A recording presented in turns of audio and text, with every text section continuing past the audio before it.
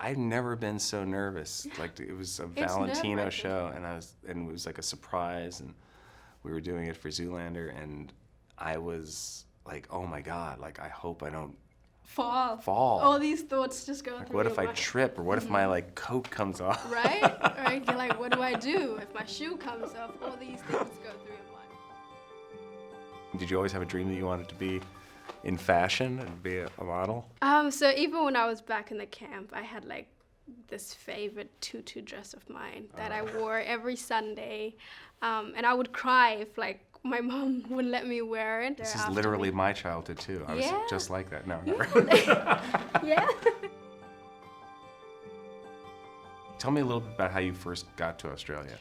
So I was born in South Sudan. My family was making their way to Kakuma refugee camp because the war had just broken out. There was those days where, you know, our families would be scared that there was a group of people coming to try and kill us, and, you know, I always knew, but nobody really sat us down and told us what was going on. So I remember those days where like our families would just be packing and everybody's panicking. And sounds like your parents were sort of wanted to make sure that you guys had they kind of protected you from that, or tried to. Yeah, I remember when we first landed. Actually, we're in the car, we're driving home, and I was like to my mom, Mom, now that we're here, I promise you I am going to go to school, I'm going to finish school, I am going to make something out of myself. I'm going to buy you a house, and I'm going to buy you a car, and I'm gonna make you proud. I remember this day like it was yesterday. How old were you? And I was 8. We just landed. Like. You said that when you were 8? I said that when I was 8. And wow.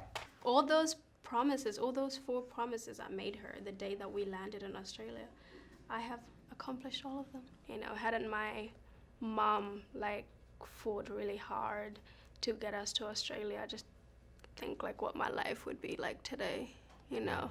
Well, I feel like I don't know if I would still be alive today. I don't know if, you know, I'm very, very thankful every single day.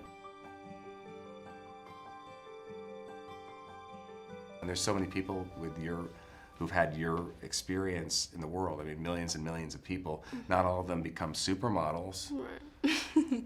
But I mean, I think it's important for people to understand that a quote-unquote refugee is not.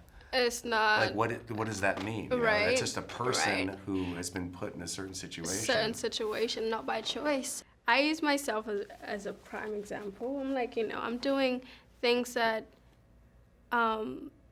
someone who was born in the Western world is doing, you know, and I come from nothing. I'm a refugee, and I'm very proud of that, and, you know, that's just, it's a part of my story. That's who I am, and it's something that I'll never ever be ashamed of.